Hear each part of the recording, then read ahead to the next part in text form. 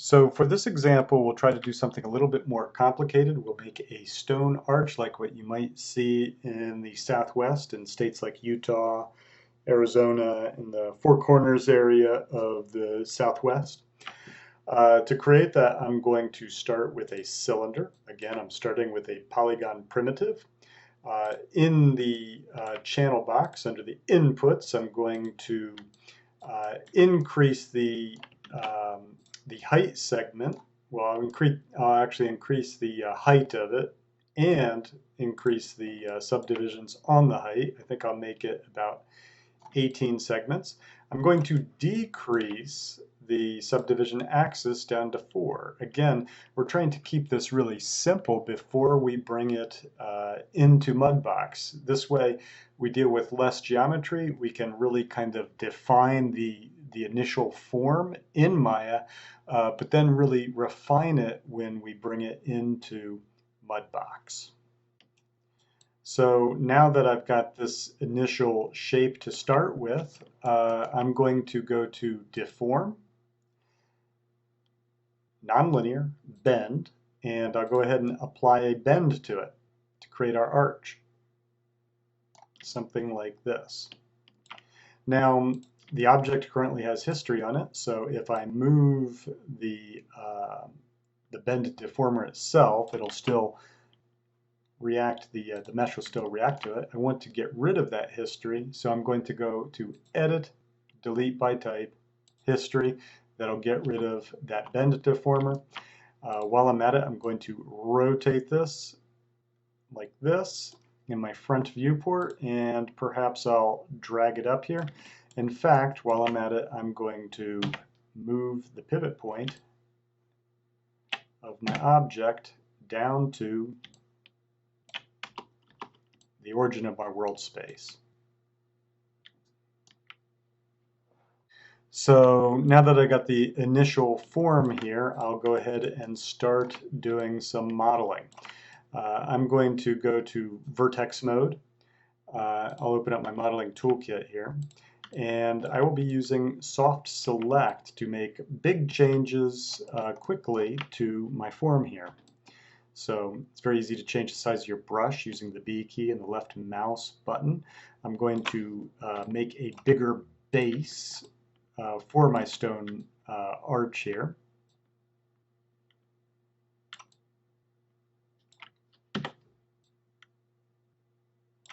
I'll do the same on the other side as well.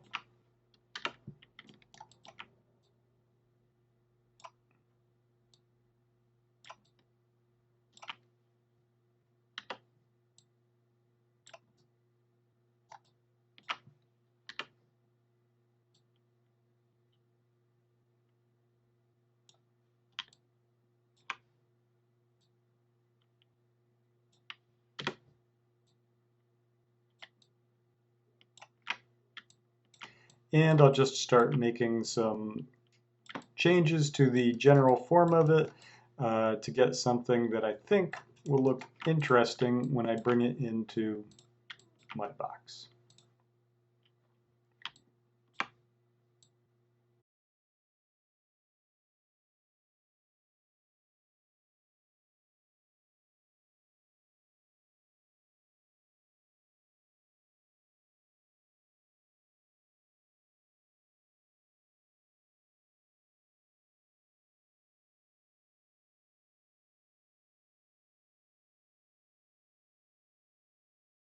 Now, you remember from the previous video that we talked about scale and how important that is if you're working with a team of people. It's important that all the artists are working at the same scale so that when you bring your art assets into a game engine, for example, and into a game level, that everything is relative to one another a proper scale, that you don't have some objects coming in absolutely enormous and other objects coming in very small.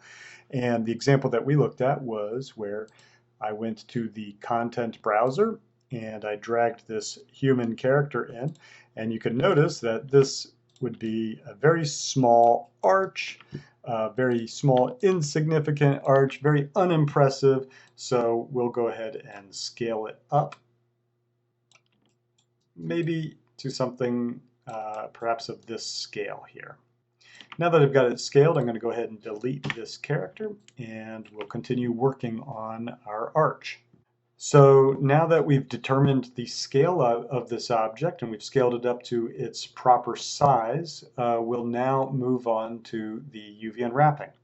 Now, before I do that, I'm going to select the mesh, and what I want to point out to you here is that we still have some information here. We've got some scale information indicating that I scaled this 60.9 units on both the X, Y, and Z. We also have some rotation. If you remember, I rotated the cylinder after I'd done the bend deform.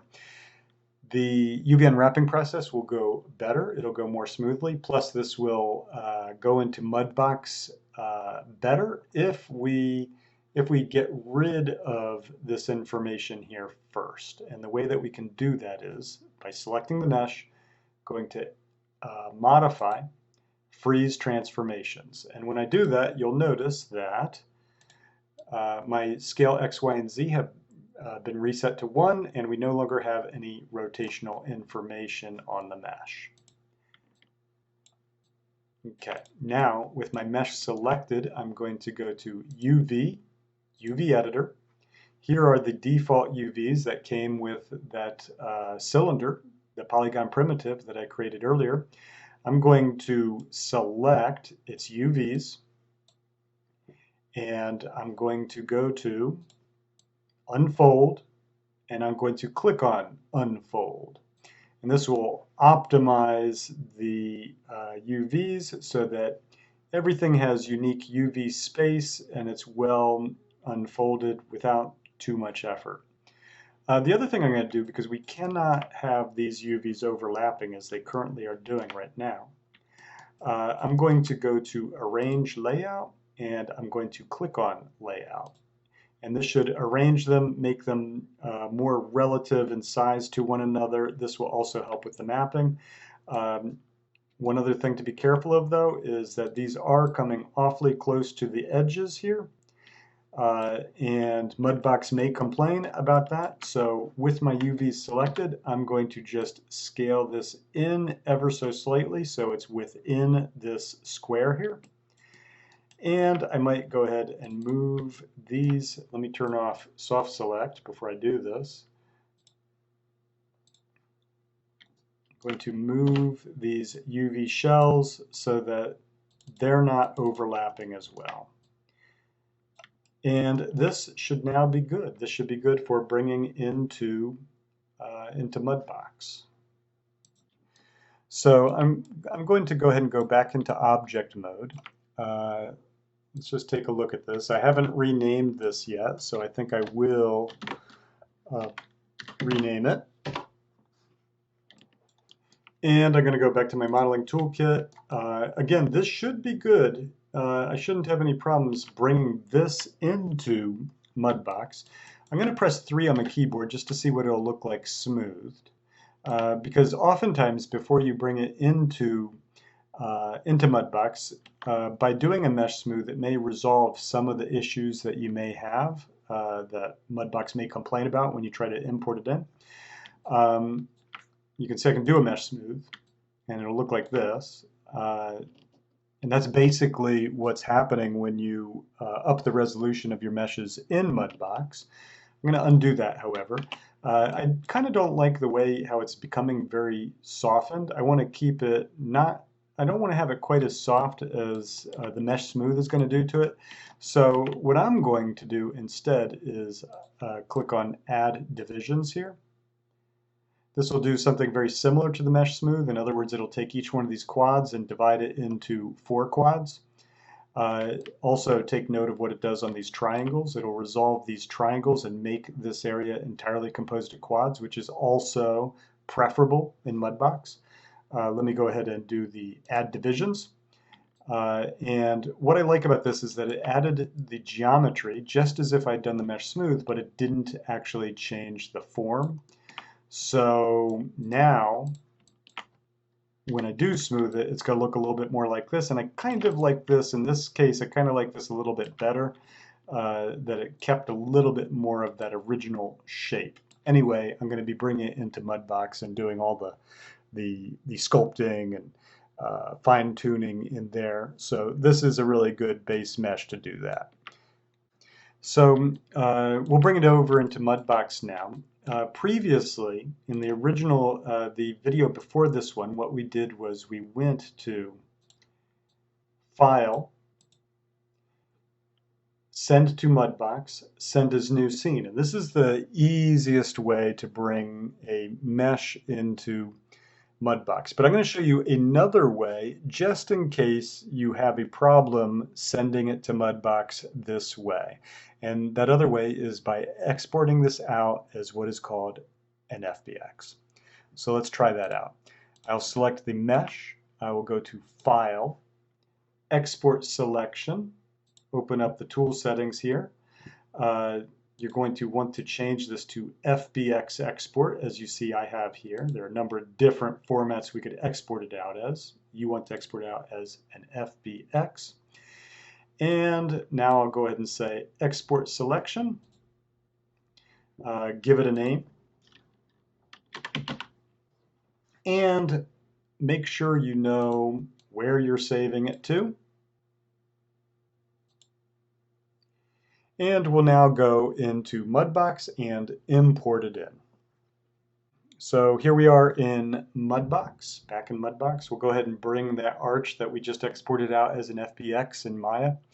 We'll bring that into our Mudbox scene now.